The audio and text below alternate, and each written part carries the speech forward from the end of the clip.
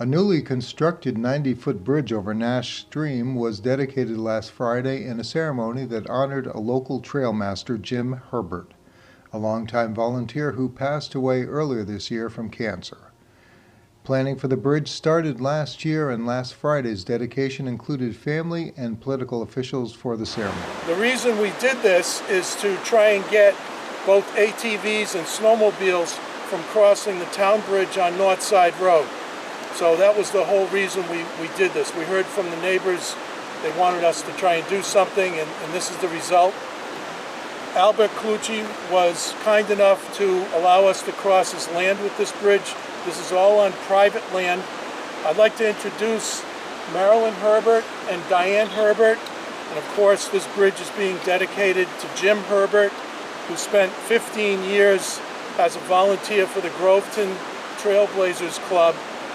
He was a trail master, he was a groomer operator, but he did a ton of work beyond that. He was a great welder, metal worker, mechanic, go out and trim the trails, put up gates, put up signs, you name it, Jim did it. He's just one of those guys who, he didn't like to talk about it, he liked to do it, and that's just a great thing.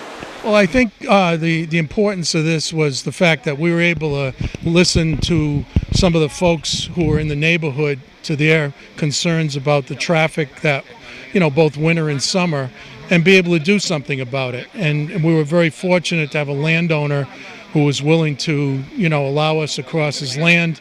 And then after that, going to the Trails Bureau, they supported us 100% through the RTP and the GIA grant program.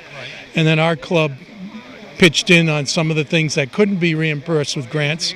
And then we had volunteers from 3 different clubs come together. So, it really, they always say you can't do it alone. Well, this is a perfect example of how we needed every one of those people in order to get this done. It's actually a 90-foot bridge.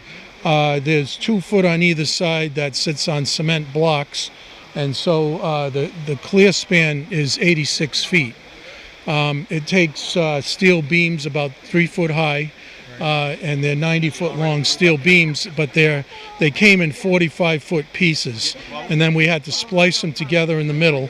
I think there was 128 bolts on each splice, and they all had to be tightened down to a specific size. And we actually ended up borrowing a torque wrench, a 4-foot long torque wrench from the mill in Gorham. They were the only ones around who had one big enough that we could actually meet the torque specifications with. After the ceremony in Stark, folks had a chance to cross the new bridge. Jim Herbert's widow, Marilyn, was provided a ride in an ATV to become the first rider across the bridge named in her husband's honor.